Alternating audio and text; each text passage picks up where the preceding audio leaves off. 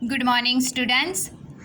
सिद्धि हिंदी विद्यालय के इस online classes में फिर से एक बार आपका हार्दिक स्वागत है।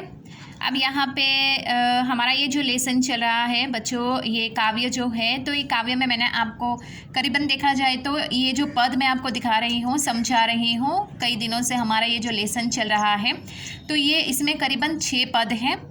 तो 6 इतने बड़े जो पद है उसमें से सिर्फ हमें 3 ही लेने हैं, ठीक है। बाकी के 3 हमें पीछे के 3 निकाल देने हैं। तो अभी के इस सिलेबस में हमें एक पहला, दूसरा और तीसरा ही लेना है। तो अब तक हमारे मतलब ये जो 2 है, पहला पद हमने देखा शब्दार्थ भावार्थ के साथ, दूसरा पद हमने देखा शब्दार्थ भावार्थ के साथ, ठीक है। अब ये जो तीसरा पद है, ये तीसरे पद के शब्दार्थ और भावार्थ मैं आपको बता दूँ।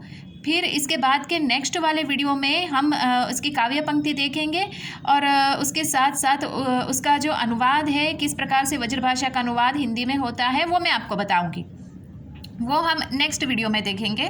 तो हमें सिर्फ इस पद में सिर्फ 6 में से 3 ही लेने हैं। ध्यान से सुनिएगा बच्चों, बार बार मैं बोल रही हूँ, हमें इस पद में 6 पद में से सिर्फ पहला, दूसरा और तीसरा पद ही लेना है। चौथा, पाँचवा और छठा पद फिलहाल के लिए अभी हमें निकाल देना है, ठीक है। अब यहाँ पे ये जो तीसरा पद है, तीसरे पद के शब्दार्थ देख लेते हैं। यहाँ पे बिहसी, बिहसी यानी हंसकर। मृदु, मृदु यानी कोमल। बानी, बानी का अर्थ होता है वाणी। महाभट, महाभट का मतलब होता है महान योद्धा। पुनि, पुनि, पुनि पुनि का अर्थ होता है बार बार। कुठारू, कुठारू का मतलब होता है कुल्हाड़ी, कुल्हाड़ी या फरसा। फूकी, फूकी का मतलब होता है फूक से।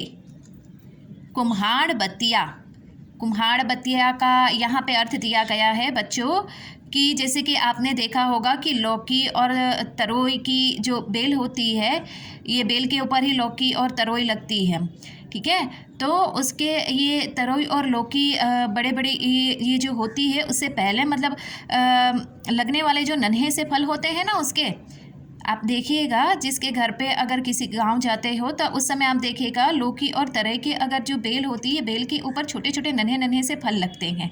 उसको कुम्हाड़ बतिया कहा जाता है। क्यों? क्योंकि अभी वो बहुत ही नाजुक होते हैं, कमज़ोर होते हैं, निर्बल होते हैं, इसके लिए। उसके बाद यहाँ पे दूसरा एक शब्द है तर्जनी। तर्जनी ये हमारे हाथ की उंगली जो होती है, उसकी 5 उंगली में से एक उंगली, कौन सी? अंगूठे के पास की पहली उंगली, ठीक है। इसके बाद सरासन, सरासन उसका अर्थ होता है धनुष्य। भृगुसुत, सुत यानी पुत्र। ये पर्यायवाची शब्द जब मैं आपको पढ़ाऊंगी उस समय यहाँ पे हम ये सूत, सूत यानी पुत्र, और ये मात्राओं में ध्यान रखना है, बड़ी वाली छोटी वाली मात्राओं में, ठीक है।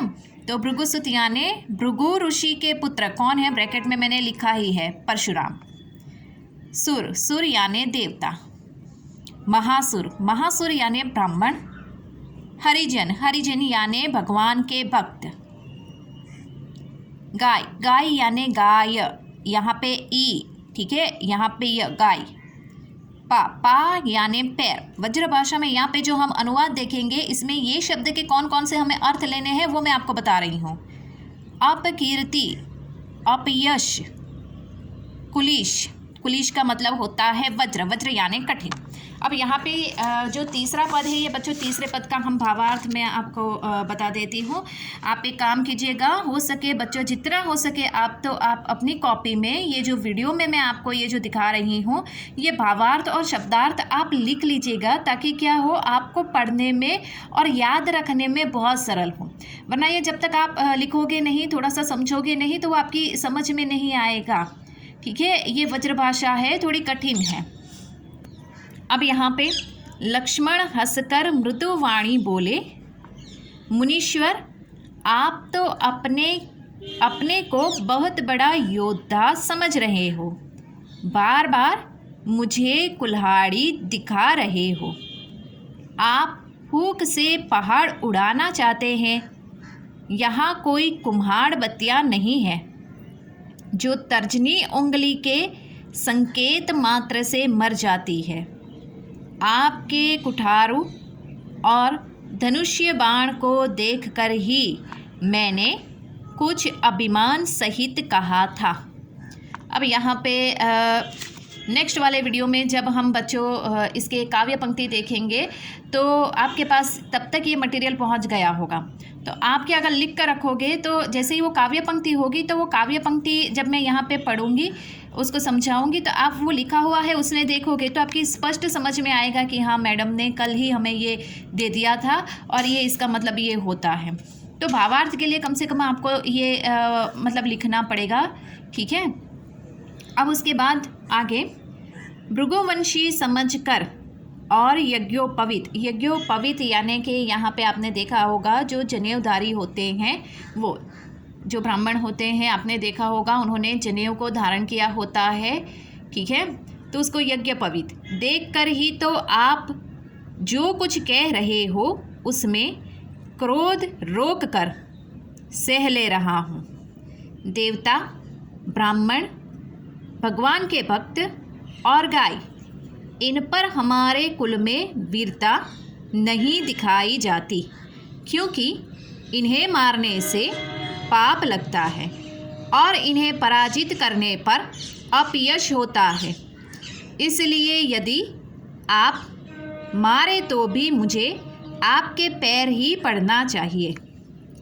आपका एक एक वचन ही करोड़ों वज्र के समान है। धनुष्य बाण और कुठारू तो आप व्यर्थ ही धारण किए हुए हैं। ये सारे संवाद जो है वो कौन कहता है? लक्ष्मण। किससे कहते हैं? परशुराम जी से। कहाँ पे? सीता जी के स्वयंवर में राम जी ने जो धनुष्य तोड़ा उस समय। इन्हें देखकर अगर मैंने कुछ अनुचित कहा है तो हे धीर महामुनि, यह सुनकर भृगुवंशमणि परशुराम जी क्रोध के साथ गंभीर वाणी बोलते हैं, ठीक है। अब यहाँ पे इन्हें देखकर यानी कि लक्ष्मण जी परशुराम जी से कहते हैं कि आपका ये जो शस्त्र है परसा, जिसको लक्ष्मण जी ने यहाँ पे कुल्हाड़ी कहा है, और ये धनुष्य बाण, इन दोनों को इन्हें देखकर मतलब इसका ये होता है कि परशुराम जी के ये जो शस्त्र है फरसा और धनुष्य बाण, इन्हें देखकर, ठीक है। तो बच्चों यहाँ पे मैंने आपको तीसरे पद के शब्दार्थ और भावार्थ भी मैंने आपको दे दिए हैं। उम्मीद करती हूँ कि आप अपनी कॉपी में लिखोगे। नेक्स्ट वाले वीडियो में जो तीसरा हमारा ये जो अंतिम है, वैसे 6 पद है, अभी वापस रिपीट कर रही हूँ, ध्यान से सुनिएगा। 6 पद है, 6 में से सिर्फ हमें 3 ही लेने हैं, ठीक है। Thank you.